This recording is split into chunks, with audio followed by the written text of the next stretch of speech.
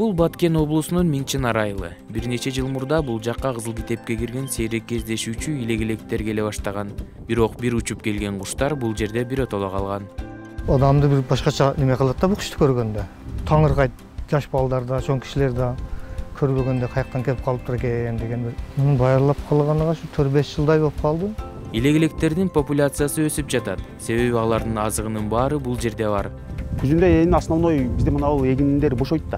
Полялар бошойт. Азык көбүрөөк болот. Булар ошол шалынан түшкөн азыкты жейт.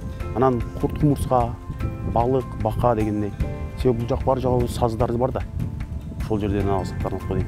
Жергиликтүү тургундар илек-илектерге аңчылык кылбайт. Себеби куштун бул түрү кызыл китепке кирген жана аларга аңчылык кылгандарга айып пул салынат. Бизде бул куштарды атпайт мергенчилер. Бул мергенчилерге эле эмес, жалпы элге деле эскертүү берилген. Муну сакташ боюнча. Анан бул кызыл китепке кирген. Китепке мен өзүм мергенчимин. Бизге деле эскертет.